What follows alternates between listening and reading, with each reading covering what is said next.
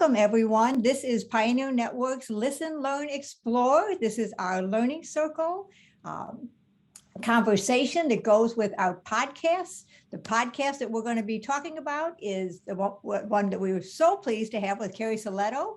And the topic is turnover and retention. Let's get real. So I'm not going to spend any more time because you don't want to listen to me. What we want to do is hear some wisdom from Kara, and also we're here to answer your questions and to hear your wisdom, because I know there's a lot of it out there too. So Kara, I'm turning it over to you. Excellent. Thanks, Joan. And thanks, Penny and your crew, for having me out again. And happy to answer Q&A. I'm pretty sure that's what this particular Learning Circle time is for. So please go ahead and put your questions in the chat. Or you're welcome to unmute when you're ready. So yeah, my name is Carrie Soletto. I focus on reducing employee turnover. And most of you probably heard the podcast that Joan and I did a week or two ago. And so just wanted to first give my thoughts, prayers, good vibes, everything out to you all, because you are amazing. You are absolutely amazing handling everything you're handling. And as Joan said, you know, as if our situation wasn't bad enough, a lot of us just had bad weather that we've had to deal with here. So lots going on. I am here to help you, to answer any questions you have today on retention issues. And in particular, we're going to make sure we get everybody muted that I didn't know that. The Lexington people are Penny or Joan, find out who that is. So can manage those. Looks like it's Mindy's. For nursing homes. I don't think I have power to mute. So you guys know how this Zoom stuff goes, right? Everybody, it's either you're on mute or you need to mute. All that fun stuff. So awesome. We got such a big group today. This is awesome. So I just wanted to say that I understand that right now we are in a true crisis situation. Wasn't it cute that we thought we were in a crisis? Like we used that word in 2019. I was like, oh, workforce crisis. And we didn't really know, how bad it was going to get, unfortunately. But right now we are just trying to keep our head above water in most cases. So the way that I've been talking right now about a lot of retention strategies is in two ways. One, what are some quick wins?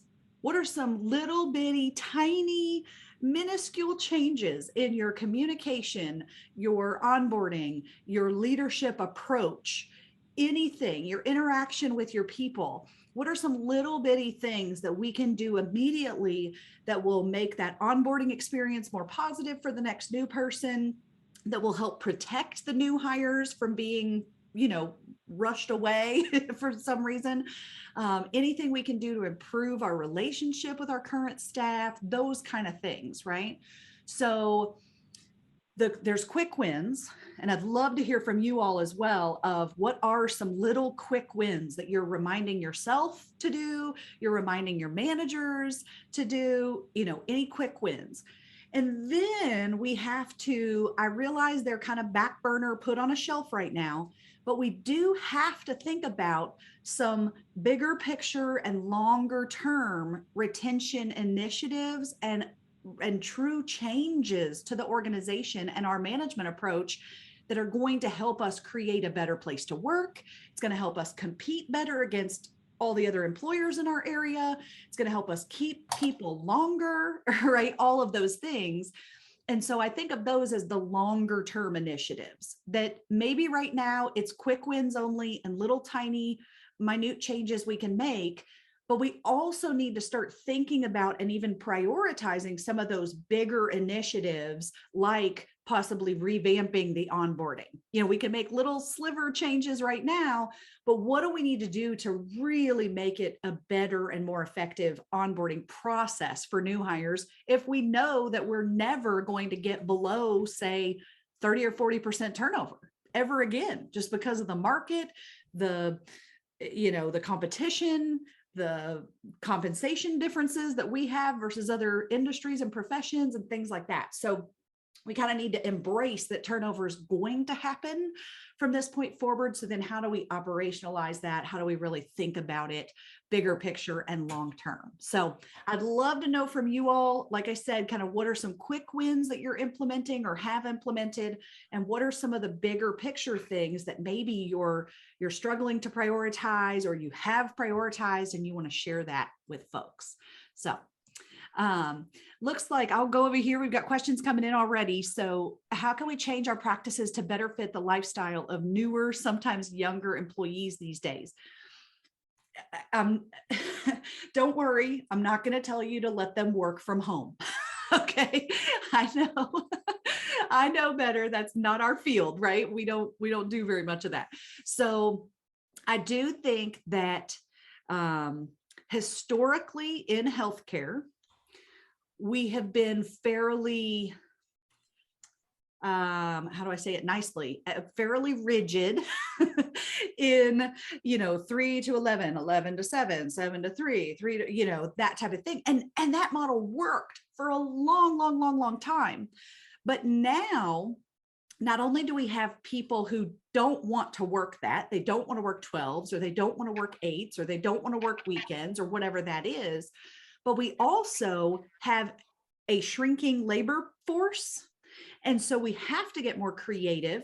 We need to some extent, I'm not saying just bend over backwards for everybody and do whatever they want, but the more flexibility we can build into our employment offerings, the better. So just like we have changed our approach with residents, and we now offer dining options, when you eat, where you eat, what you eat, what time you wake up, when do you bathe? We've given all these options to residents who are our, what I would deem the external customers, right? Now we have to put that much focus on our internal customers, which is our employee base. Okay. So we have to think about, when do they want to work? When do they want to show up? How many hours do they want? And sometimes it's even the community that matters, or your external community, meaning what time are daycares open and closed? If you've got a daycare down the street from your community that's open from 6 to 6, well, a 7 to 7 shift isn't going to fly. Even a 6 to 6 shift doesn't work for that single mom who uses that particular daycare, because they can't get there in time, right? At the beginning and end of their shifts. So I've seen some people even go to the daycare and say, would you consider extending your hours to work around these shifts, or adjusting their shifts to work around the childcare options and the school hours and things like that, right? Thinking about what time do the elementary schools start. And I don't know about you guys in different areas, but our elementary school just changed their hours this past year. They flip-flopped with the high school and said, we're going to have the little kids go earlier and the high schoolers go later, and things like that. So also, just don't make assumptions that what worked 5 years ago even would work today. Okay. So definitely giving more and more of that opportunity. Also, if we need to hire more pools of people, broader pools, we may have to think about, okay, what are student schedules looking like? What about a, stay-at-home mom that wants to get her kids on and off the bus from 9 to 3, or, that kind of thing. And, or retirees, if we're trying to pull retirees back to come work part-time, they probably don't want an 8-hour shift. They would be interested in 4, maybe 6 to help come support your team, right? So different creative ideas around that type of stuff. Is that helpful, Denise? Some little bit of that? Okay, awesome. All right, how can we encourage people to choose caring for elders as a career path? Oh, exposure. I've never heard a 5-year-old say, I want to be a supply chain manager when I grow up.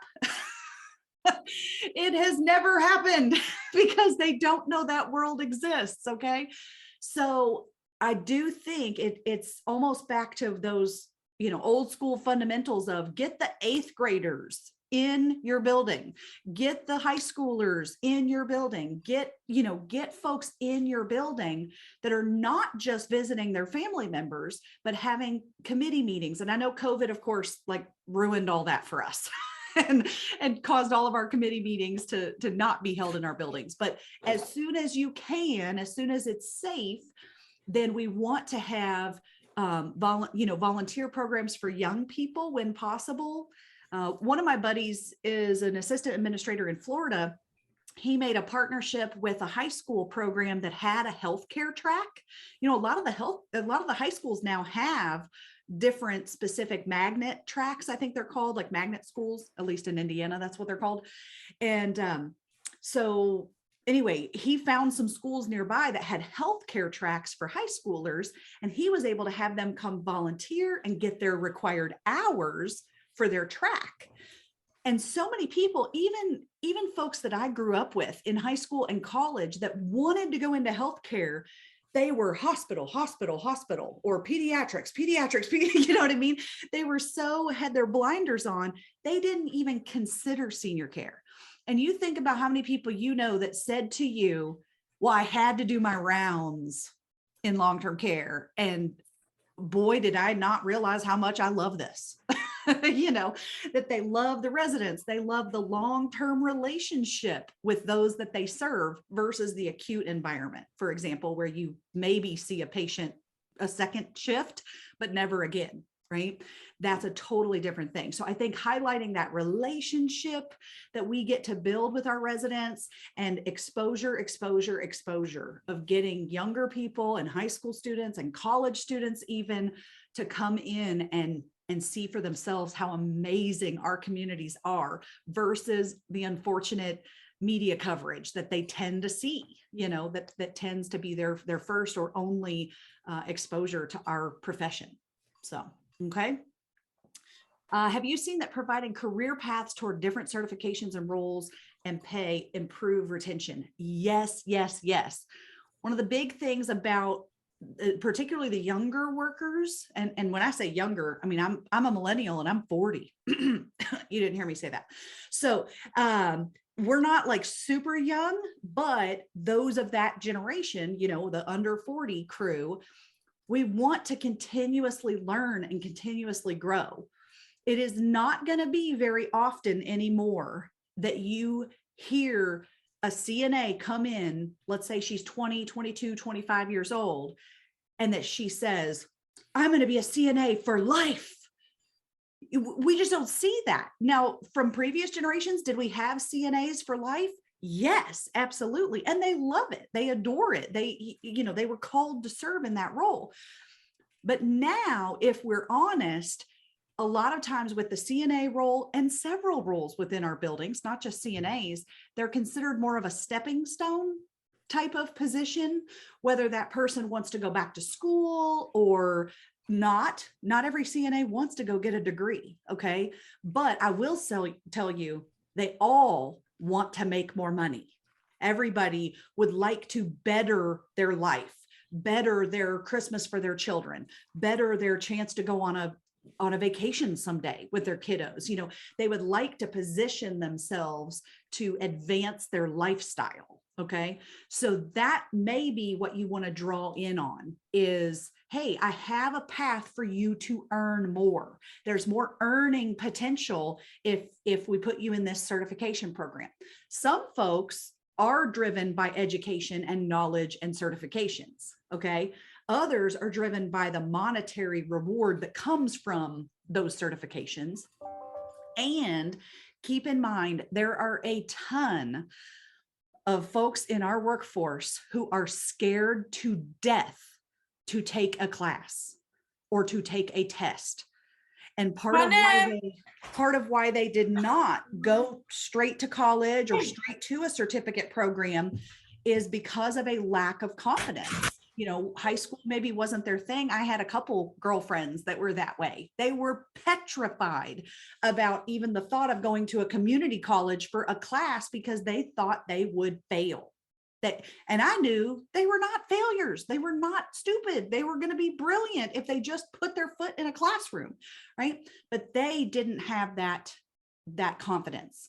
So just know that sometimes that's a barrier as well that we may have to mentor people through. Have you all seen that, by the way? Have you had a mentee that, it wasn't even it wasn't anything except themselves, keeping themselves in their way.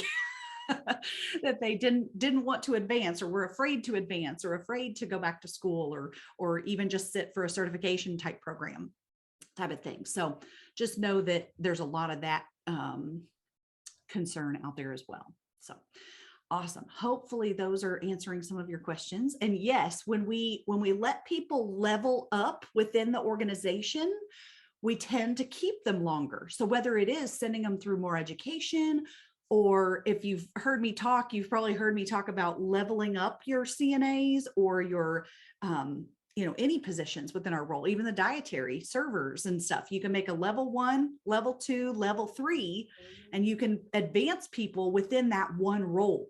It's still a CNA, it's still a server, but we know the difference between a basic CNA, a entry level brand new CNA, and what their competencies are versus a Mac Daddy CNA, what they can do, the troubleshooting, the relationship with the residents and the family members, those types of things. So we can actually level them up even within that one role a lot of times. So, all right. How can we change from a negative environment to a more positive one? I have a couple of longtime employees that have been there for years, are super dependable, but tend to promote negativity. It'll be very difficult to replace them. Maggie. I am of the belief, from experience, I am of the belief.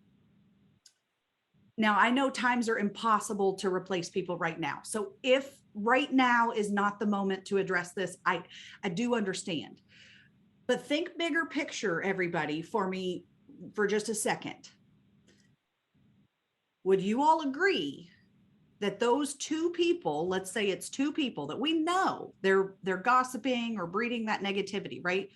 Would you all say that those two people are doing more harm than good? I see a lot of heads nodding. Because as much as we depend on them, they are actually potentially and very likely pushing new hires away or other staff members away. Because if you think about where we want to be as a culture and as leaders and as teams, we can never get to where we ultimately want to be if we have people like that holding us back from creating a place where people feel comfortable, creating a place where people are positive, creating a place where people don't, I got to go to work today, right? We don't want that. We don't want anyone feeling that way because, I have to deal with her, or him, either way. So it is absolutely my belief that we have to try to coach people. If they are bringing the negativity to the workplace, we have to try to coach them out of that. And if they are not coachable, then it is time to separate those folks. Either separate them from the new hires so they don't taint the new hires, or more likely separate them completely from the organization, because again, they are doing more harm than good for your culture and for your residents in the end.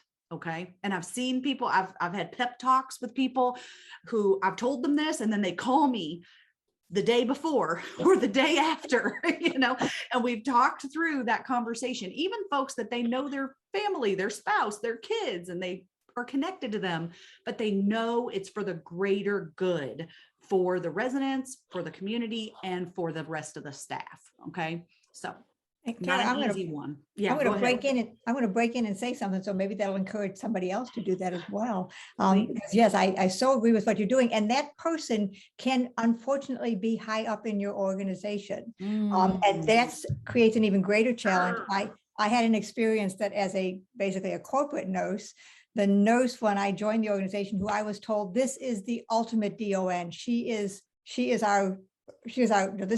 This is the best of the best. And I never, for some reason, felt comfortable with her. And I never quite understood why when I was in her building. Technically, she was incredibly proficient. Her clinical skills were top notch.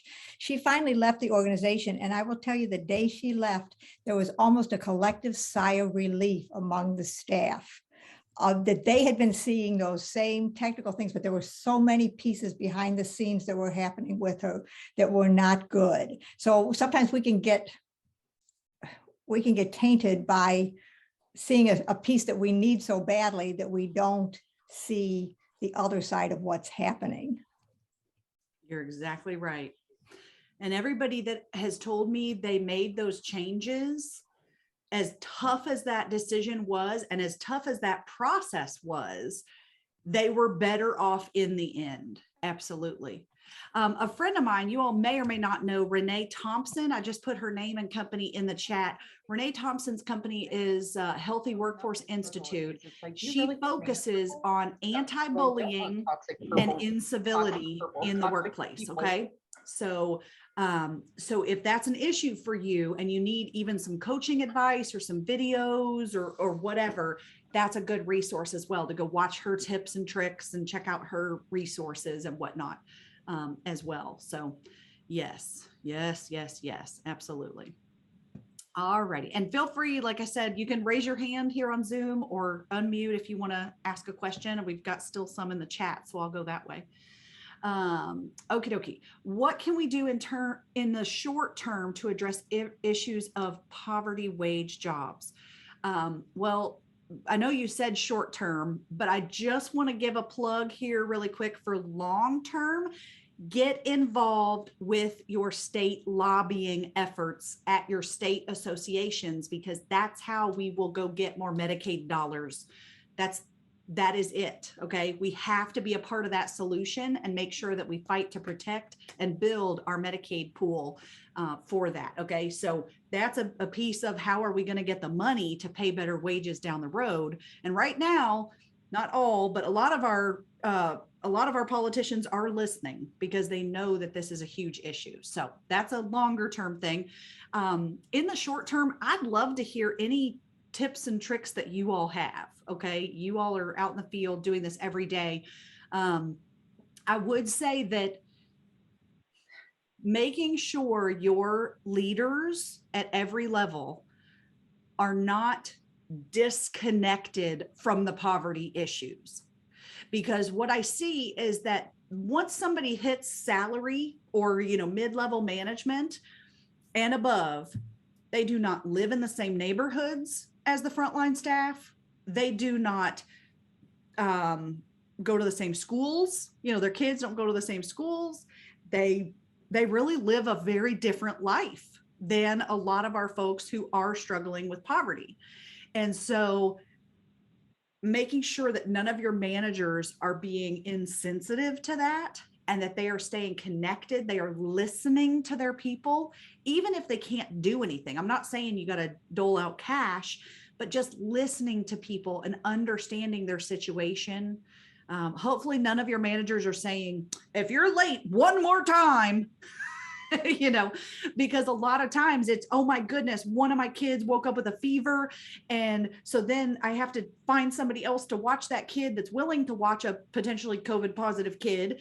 And then now my other kids can't go to school, but we're trying to quarantine the two of them separately. And I made it in 20 minutes late. So sorry, but at least I'm here. I took care of it as best I could.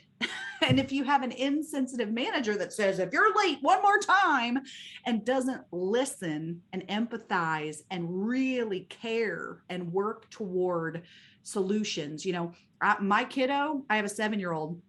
He has only been in school. I think this is the 5th or 6th day he has been in school since Thanksgiving. Okay. So we're on like week 9, week 10, something like that, of in and out of school because of classes shut down, whole school shut down, weather, he's close contact, holiday break, like all this stuff that has stacked up. And so we still are dealing with these issues and I know we have to run our businesses, but we also need to have empathy and understanding, listening to our people and working with them as best we can. I know you all are doing that because we have to right now. So I think that's more preaching to the choir. But the poverty, gosh, that's like a whole other conversation as far as how can we help our staff. I will say just because you have a fund, I see a lot of organizations in senior care, they have an emergency fund or a staff support fund for if they can't pay their rent or they need gas money, whatever it is. If you have that kind of fund, think about how long it takes to get approval to access that fund. Because I've seen groups where they say, well, our committee meets once a month. And if somebody needs new tires, then they can know on the 20th. And I'm going, okay, but on the 3rd, they told you that 2 of their tires busted because something happened, right? And they need new tires now. So anything that we can do to provide, some support funding in the right mechanism, just make sure to, again, stay very connected to the reality of these folks and realize how can we expedite some of that funding if it's legitimate needs and we have the funding there to do that. All right. So I'd love to hear from other people. I'm so sorry I can't keep up with the chat because everyone is going so fast. So this is fine. What are the upside and downside of pay differentials and bonus pay? I am seeing that sign-on bonuses aren't working in senior care because yes, the hospitals are doing it, but the problem is, we now have bonus hoppers that they are playing the game and figuring out how to go get the bonuses and they leave the moment they get the check. So we don't want those folks. And 2, it really ticks off your current staff. When you pay people extra to come in when they've been there, especially those who have been here through all of COVID and the pandemic. So I'm not seeing success with sign-on bonuses. If anybody on this call feels differently, please put it in the chat and I'd love to talk with you and hear about it. I did have a group recently that told me, an HR leader that told me they use the word commitment bonus. Because if you think about it, does your staff ever walk around going, I think I might quit so that I can be a part of their retention, statistics? Like they don't even use the word retention. Staff doesn't ever say the word retention. So if you talk about retention bonus, that's an executive speak. That is not staff speak. So instead, one of these groups, they did a commitment bonus. And when you reach certain commitment milestones, then you get the extra bump. I've also seen some groups, these are just some trends I'm hearing about. I don't have statistics on this, but this is what I'm hearing from my senior care clients and partners is I'm seeing them go from quarterly bonuses down to monthly bonuses around attendance and commitment bonuses and things like that, because a month is more bite-sized for staff to comprehend. And a lot of them are allowing, like one group I talked to, he allows 1 call off a month, which we don't want, of course. I mean, we'd love it to be 0, but we don't want someone because their kid's school had a snow day or something like that, that was fairly legitimate, that they lose out on that opportunity. So they allowed one call off a month. And as long as that was it, then you got your bonus for the month if you showed up for all the shifts and whatnot. Right. So there's some different formulas too. If you pick up extra shifts, that can counteract your 1 call off that you had or whatnot. But I am seeing that. And also on the shift differentials, the pay differentials, second shift tends to be the hardest to fill now. So while we used to do, the whole world, manufacturing and everybody used to do third shift gets, $2, $3, $4 extra. That's just not the case now. It's second shift. Because if you think about it, I even have neighbors and friends who mom works first shift, dad works third shift, they sleep the opposite shift and they still have dinner together. Where if anybody's working second shift, they don't get dinner with their kids. They don't get dinner with their spouse. They don't get to go to the birthday party. They, that type of stuff. So I'm seeing a little bit more of a bump on the second shift differentials, actually.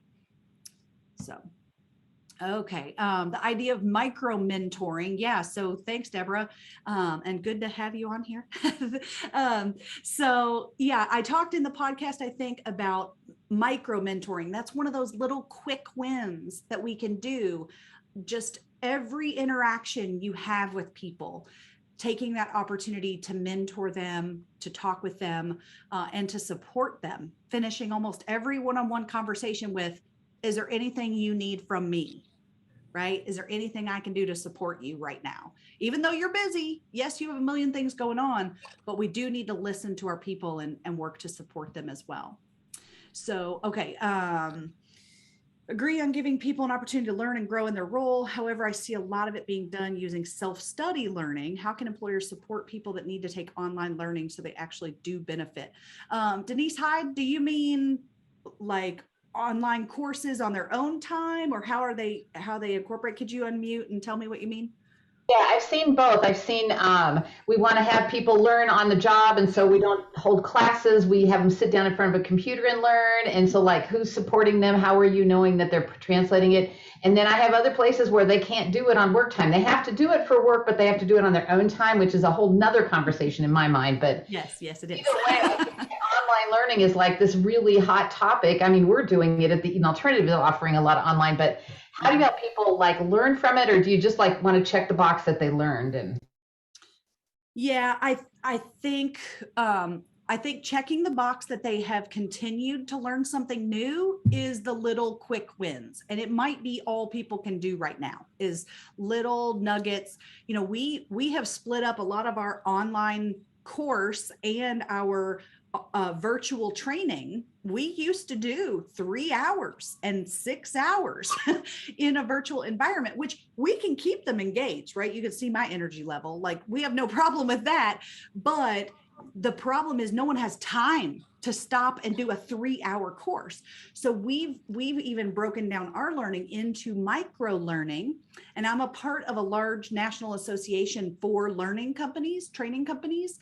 And it's interesting because the training world is showing proof that micro learning does not get you the same benefits as classes, as in-person classes, or even virtual live group discussion, you know, that type of thing.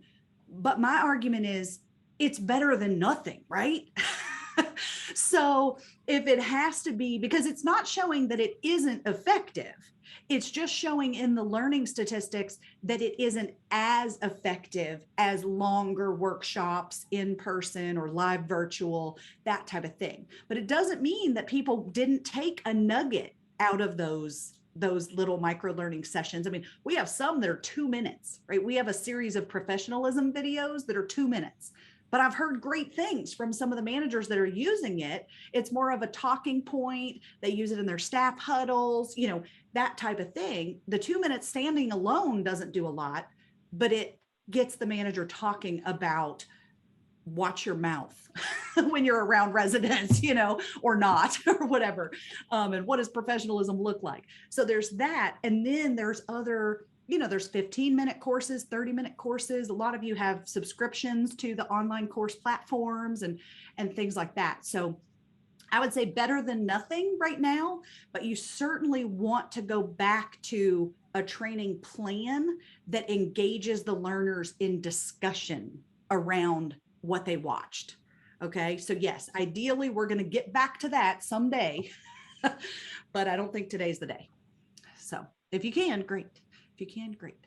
So I think I'm down to May Margaret Evans' question. How do we guide seniors through the rabbit hole of insurance information, which to choose, what plans are beneficial? I'm going to tell you that is not my expertise, May Margaret. So I'm going to skip that one, but I'm sure Joan and her team would be able to handle questions about the insurance issues that you might be dealing with. So I have to confess that's outside of our expertise too. I believe okay. I'm so that sorry. says something about culture change and person-centered care, and we're ready to go. There you go. There it is. Awesome. All right. All right. Yes.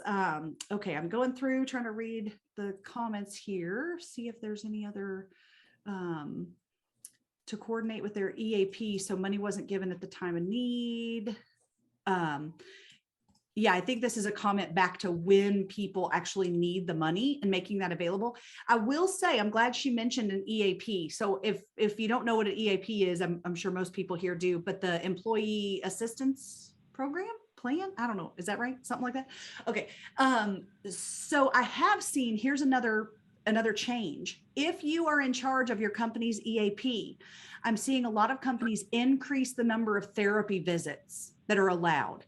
So if you had previously only allowed like 3 or 5 therapy visits on your EAP, you can go to your EAP provider and say, we need to go to 10 or 12 or something like that, because not only is mental health, an issue that we need to provide more support around, but right now in particular, our staff need support more than ever for their children, for themselves, a spouse, that type of thing. So I'm glad she mentioned EAP, because it gave me an opportunity to mention that a lot of people don't know you can actually go and change which EAP benefits there are. And then don't forget the critical part, tell your staff you changed it.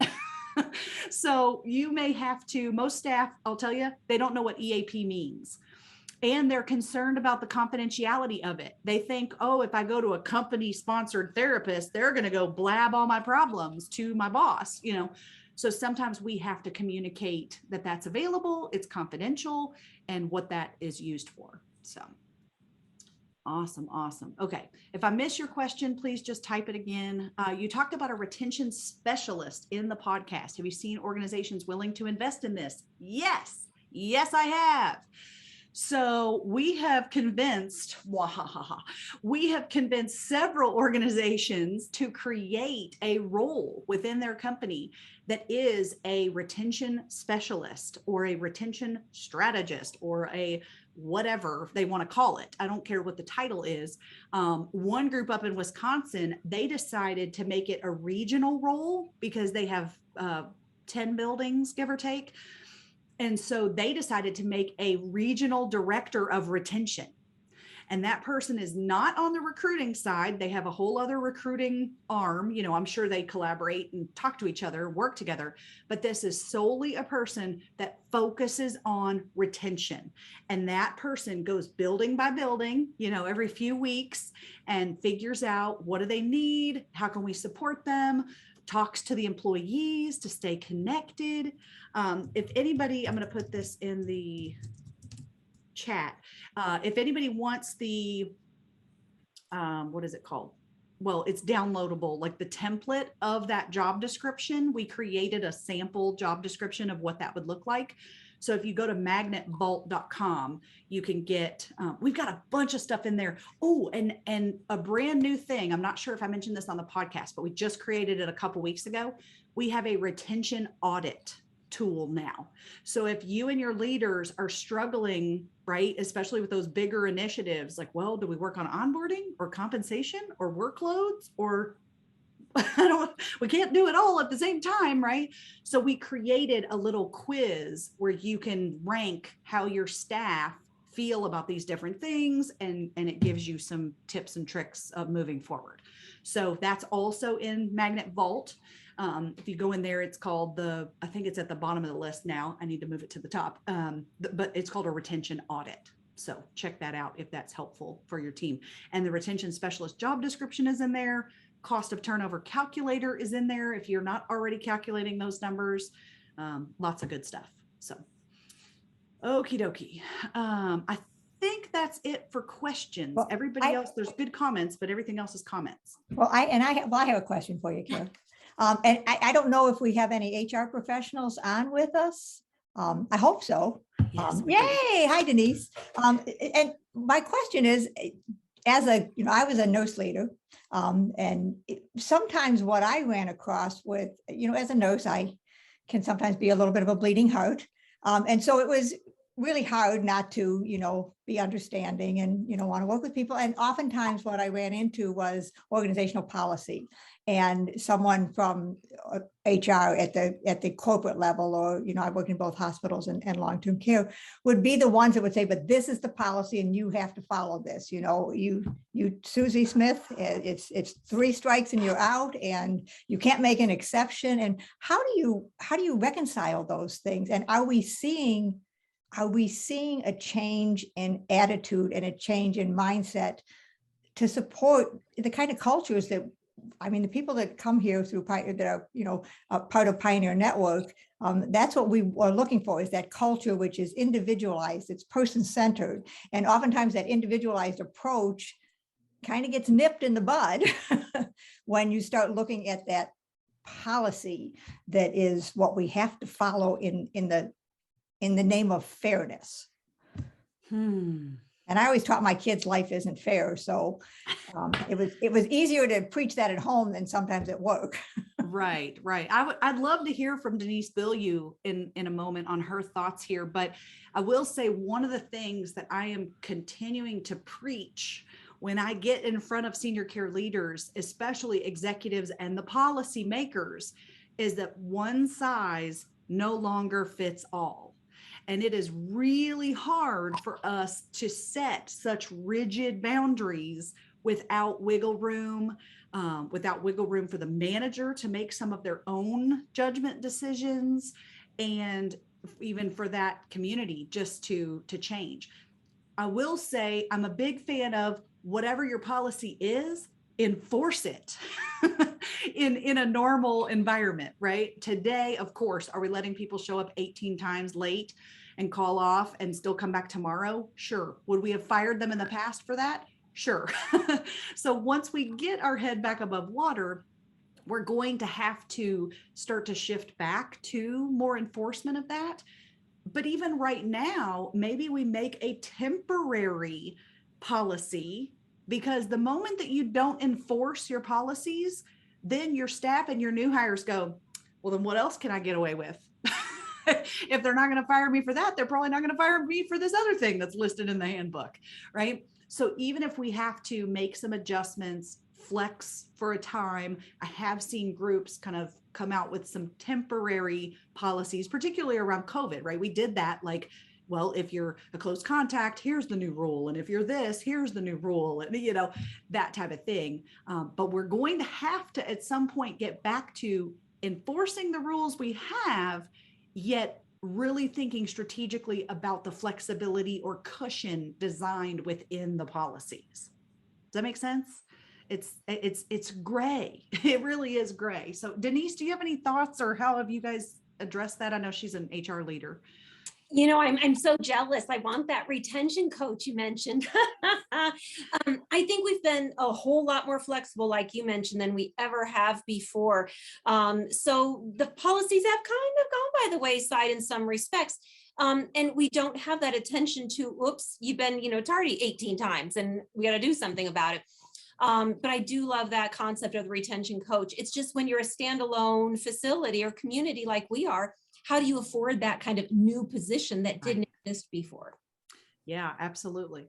Well, in that position, just so everybody knows as well, I've seen people do it in a part-time capacity to help with that if there's not money. But if we are running on overtime and using temp agencies, we have the money, we are just spending it elsewhere. So I'm having that conversation with a lot of CFOs right now, which is, oh, you're spending $500,000 on overtime premiums?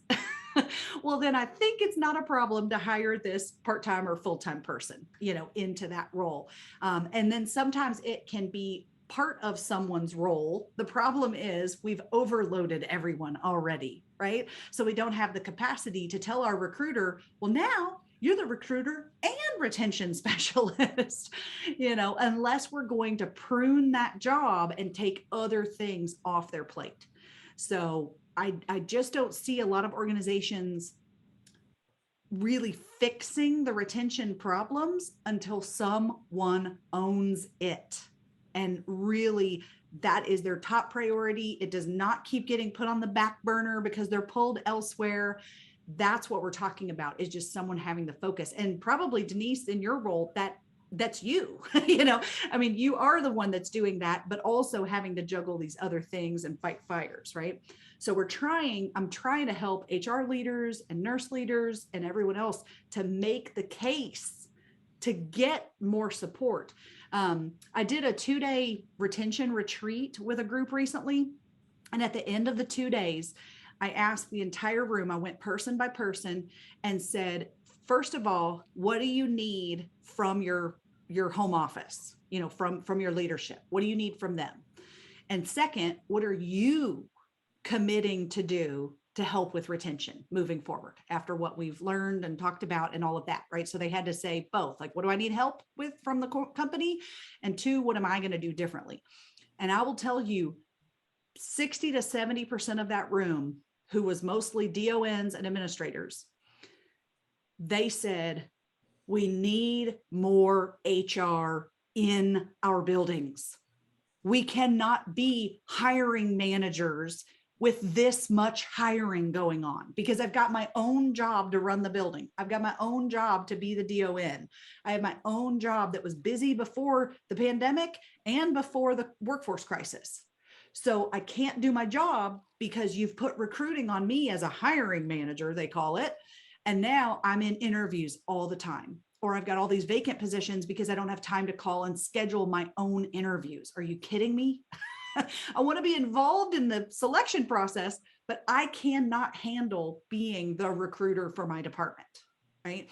So they were begging the corporate group, right? The home office, please get us more recruiting and HR support in the buildings. And I think right now we can make that case, and we can take that conversation up the chain and get the resources that we need, because we can't solve this problem until we get the proper resources in place for that. That's my soapbox. So anyway, there we go. Awesome. Any other questions? I think a lot of people share that soapbox. Mm-hmm. Mm-hmm. Yeah, and Carrie, you touched on something that I think is we're seeing so much of right now, and that is just the number of people, really good people, who are just leaving because of burnout. And I think what you shared, having to be the hiring manager on top of having to be the DON or the dining service manager or the administrator or whatever my real job is.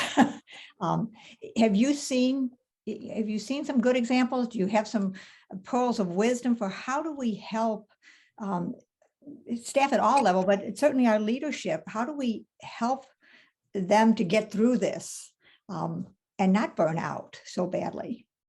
Mm-hmm. It's a tough one. Yeah, man, I wish I had a silver bullet for that one. A couple things come to mind. One is,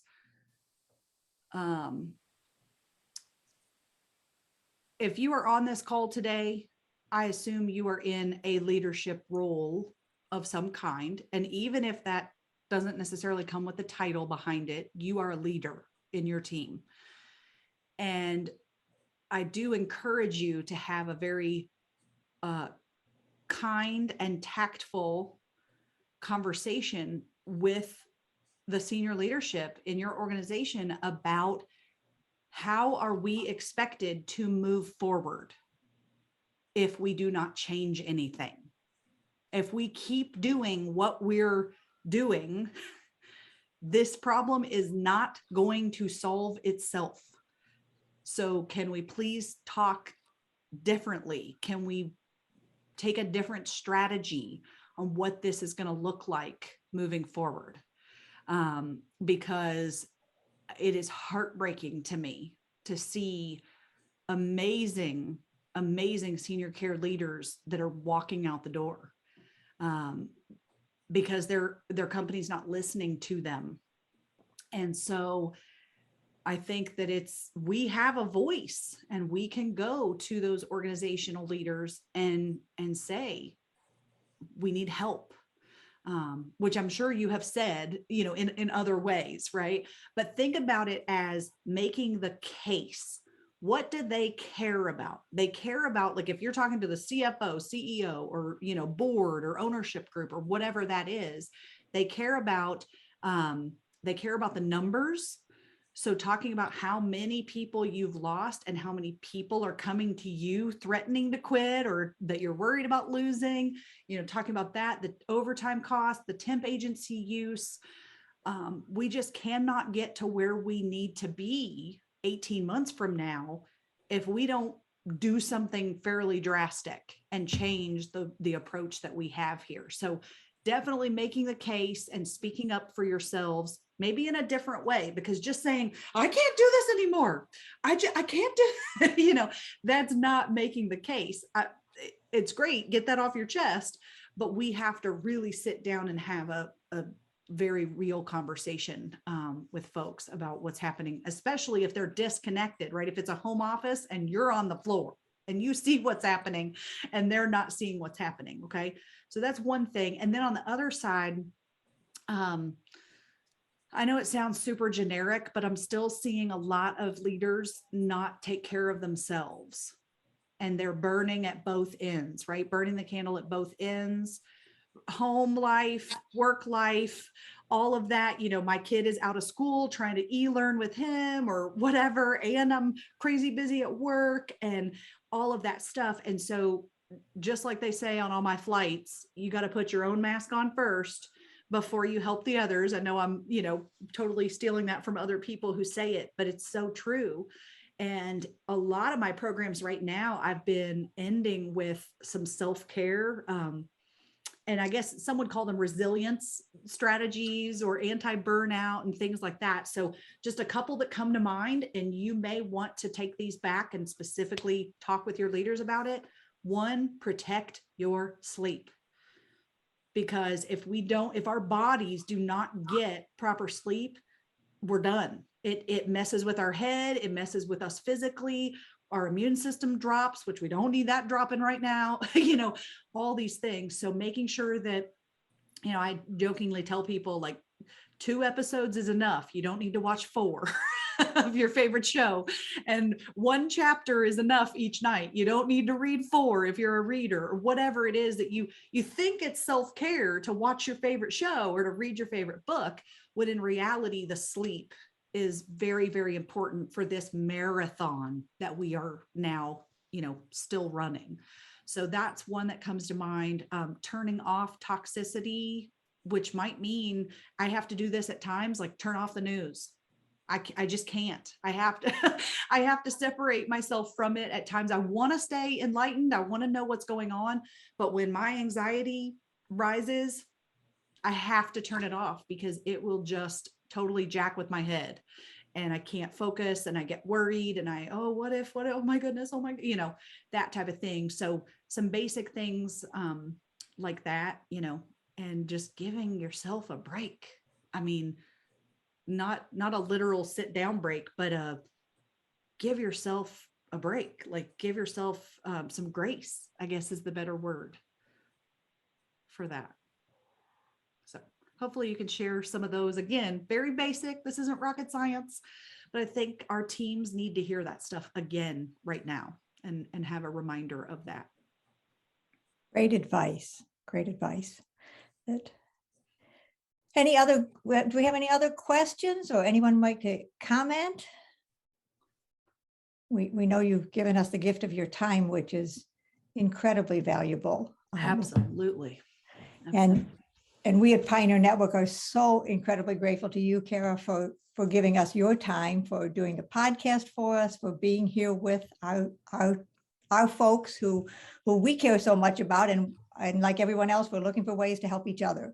And it comes from helping each other. So I think this probably is a good time to wrap things up. I will let you know that please check out the resources, and I'll get them when I post this on the website. I'll post the resources that were shared in the chat as well, so that everybody can have easy access to that. And we're looking forward. We've got a couple new podcasts getting ready to come out. One with Emily Lerner, who was with Perfect Pair. So if you read our newsletter last week, great organization. It's a nonprofit that pairs students with residents in assisted living. So what a great intergenerational program that is. And then we have the one after that's going to be a resident from a senior living community, Jan Spalding, who was a member of the board of directors of their CCRC. So talk about resident voice and true community. So we got some exciting things to share with you.